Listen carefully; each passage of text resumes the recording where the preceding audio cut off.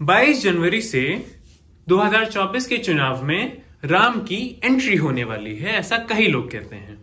लेकिन राम की एंट्री राजनीति में 1980 से ही हो चुकी थी, जब राजीव गांधी ने मंदिर का ताला खुलवाकर, मस्जिद का ताला खुलवाकर वहां पे हिंदुओं को पूजा करने की इजाजत दी थी।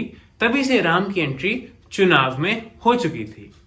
और जब मैंने वेरीफाई किया तो पता चला कि मणिशंकर अय्यर ने अपनी किताब द राजीव आई न्यू में यह लिखा है कि मंदिर का ताला राजीव ने नहीं खुलवाया था, बल्कि उस समय अरुण नेहरू ने खुलवाया था। उस समय उत्तर प्रदेश के मुख्यमंत्री जो कांग्रेसी थे वो अरुण नेहरू के ही गढ़ के थे। और साथ ही में अरुण नेहरू ने यह निर्णय ये सोच के लिया था कि इससे कांग्रेस पार्टी को आने वाले कई चुनावों में हिंदू वोट बैंक कंसोलिडेट करने में आसानी होगी। तो मणिशंकर अय्यर के हिसाब से वो ताले राजीव गांधी ने नहीं, बल्कि राजीव गांधी की गैर मौजूदगी में उनके बिना जाने अरुण नेहरू ने खोल दिए थे। जहां तक राम मंदिर के प्राण प्रतिष्ठा की बात है, इस समय अयोध्या में सारे कैमरे चल रहे हैं, बड़े सी बड़ी हस्तियां वहां पे आने की तैयारी कर रहे हैं। लेकिन एक चीज जो वहां पे नहीं है वो है शंकराचार्यों का प्रेजेंस। शंकराचार्यों ने प्राण प्रतिष्ठा में जाने से मना कर दिया है, ये सब जानते हैं। और उन्होंने रीजन भी सेम ही दिया है कि ये जो प्राण प्रतिष्ठा है ये शास्त्रों के अनुसार नहीं हो रहा है, अशास्त्रीय तरीके से हो रहा है, और कोई भी चीज जो शास्त्रों के विपरीत है उसका आचरण हम लोग नहीं करने दे सकते। उसमें से एक शंकराचार्य ने अपने एक इंटरव्यू में यह तक कह दिया कि अगर मुझे बुलाते भी, मुझे बुलावा नहीं मिला, अगर मुझे बुलाते भी तब भी मैं राम मंदिर के प्राण प्रतिष्ठा में इस समय नहीं जाता, क्योंकि मंदिर अभी कंप्लीट नहीं हुआ है, अधूरा है। लेकिन इसमें का जो धार्मिक एलिमेंट था वो धीमे धीमे गायब होता हुआ दिखाई दे रहा है। वो इसलिए क्योंकि इस समय सारे कैमरा राम मंदिर पे तो थे, लेकिन जब से प्रधानमंत्री मोदी ने अपने 11 दिन की प्रिपरेशन की बात की है, तब से सारे मीडिया चैनलों पे सभी खबरें सिर्फ प्रधानमंत्री मोदी और उनकी 11 दिनों की तपस्या के बारे में है, और अयोध्या और राम से फोकस हट चुका है। किसी कांग्रेसी नेता ने कहा था कि हम लोग भारतीय जनता पार्टी से लड़ सकते हैं, लेकिन हम राम से नहीं लड़ सकते। आज वो कांग्रेसी नेताओं को उसमें एक सेंटेंस ऐड करना पड़ेगा कि हम लोग राम से लड़ सकते हैं, हम लोग बीजेपी से लड़ सकते हैं, लेकिन हम लोग राहुल से नहीं लड़ सकते। क्योंकि देखिए, राम मंदिर से भारतीय जनता पार्टी 2024 का चुनाव नहीं जीतने वाली है। भारतीय जनता पार्टी और प्रधानमंत्री मोदी अपनी पॉपुलैरिटी पे वो ये चुनाव जीतेंगे, राम की पॉपुलैरिटी पे नहीं। लेकिन राम मंदिर अगले 20-30 सालों में होने वाली राजनीति का टर्निंग पॉइंट है, क्योंकि जो अर्बन एरियाज हैं उसमें इस समय प्राण प्रतिष्ठा कार्यक्रम को लेके जो जोश है, जो हर्ष और उल्लास भरा हुआ है जनता में, उसको रिकॉग्नाइज करके कांग्रेस पार्टी को इस प्राण प्रतिष्ठा में आ जाना चाहिए था। बल्कि हर ही विपक्षी नेता को जो अगले 20-30 साल की राजनीति में रेलेवेंट होना चाहता है, उसे इस प्राण प्रतिष्ठा को अटेंड जरूर करना चाहिए था।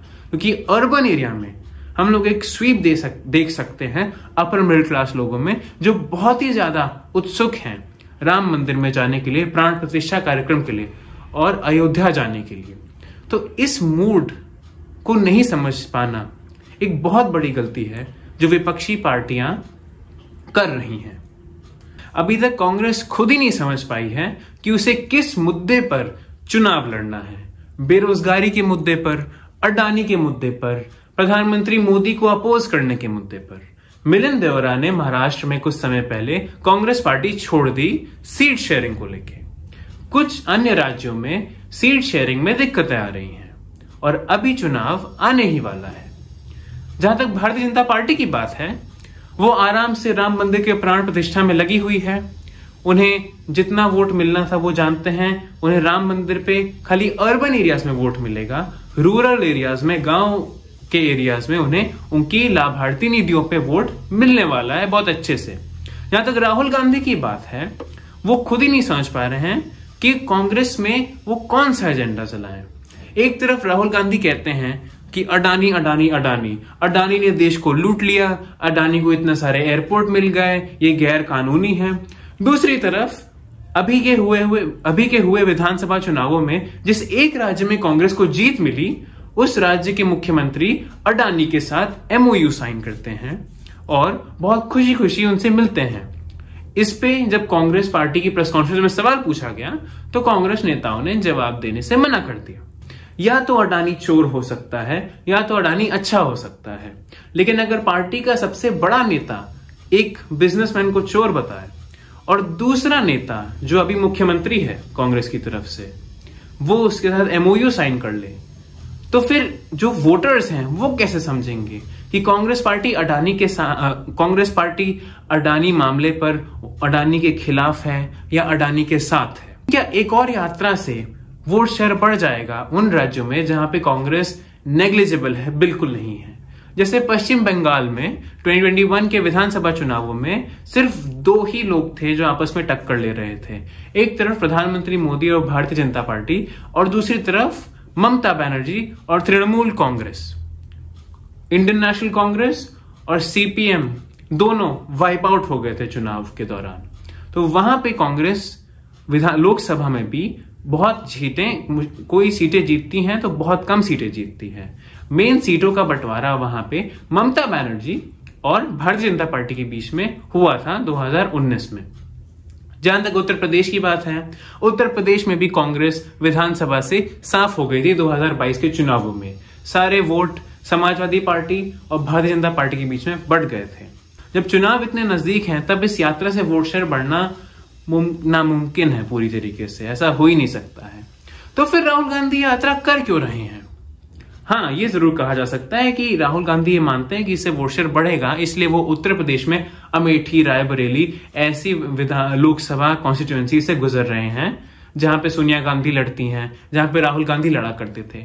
इस बार शायद दोबारा राहुल गांधी अमेठी लड़ेंगे, लेकिन उससे कांग्रेस को केंद्र में क्या ही फायदा होगा, क्योंकि उत्तर प्रदेश की 80 लोकसभा सीटों में से 1-2 सीटें जीतना या 5 सीटें जीतने से कुछ नहीं होने वाला है। जहां तक सीट शेयरिंग की बात है, एक तरफ यूपी कांग्रेस के अध्यक्ष अजय राय कहते हैं कि हम 80 लोकसभा सीटें जीतेंगे, दूसरी तरफ समाजवादी पार्टी के राष्ट्रीय अध्यक्ष अखिलेश यादव कहते हैं 80 हराओ भाजपा हटाओ। दोनों ही पार्टी 80 सीटें जीतने की बातें करती हैं, तो फिर सीट शेयरिंग कैसे होगी? और अगर सीट शेयरिंग होती भी है तो फिर दोनों पार्टियां 80 तो नहीं जीतने वाली। तो हर दूसरे राज्य में इंडिया अलायंस के भीतर जो कंफ्यूजन आ रहा है सीट शेयरिंग को लेके, उसमें दिक्कतें तो होंगी ही। तो फिर इस प्राण प्रतिष्ठा कार्यक्रम का कंक्लूजन क्या है? कंक्लूजन ये है कि अब राम मंदिर की पॉपुलैरिटी को भी प्रधानमंत्री मोदी की पॉपुलैरिटी ने ओवरशैडो कर दिया है। हर जगह प्रधानमंत्री का चेहरा है, हर जगह प्रधानमंत्री के कटआउट हैं। विपक्ष कहीं देखने को भी नहीं है जहां तक उत्तर भारत का सवाल है, और सबसे ज्यादा लोकसभा सीटें उत्तर भारत से ही आती हैं।